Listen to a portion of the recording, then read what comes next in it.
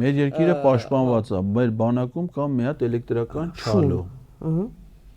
Շատ Ու պաշտպանված։ դա ցուցադրել այն նույն օրը, որ Ադրբեջանի ազատության հրապարակում Ռեջեփ Թայիփ Էրդողանն ու Իլհամ Ալիևը ընդունում են հերթական ռազմական շքերթը եւ ցուցադրում են այն նոր սպառազինությունները,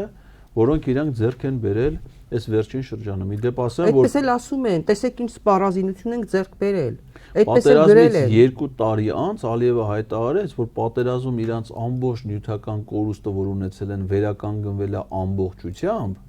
Դրա հետ միասին ձեռք են բերել նոր սպառազինություններ, որը Ադրբեջանի բանակը երբևէ չի ունեցել։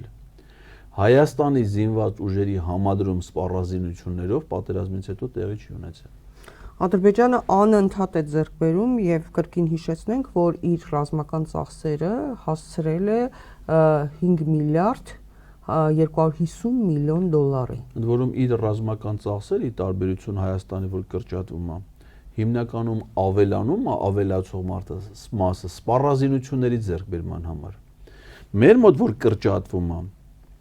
պահպանվում են հաստատուն ծախսերը, աշխատավարձ,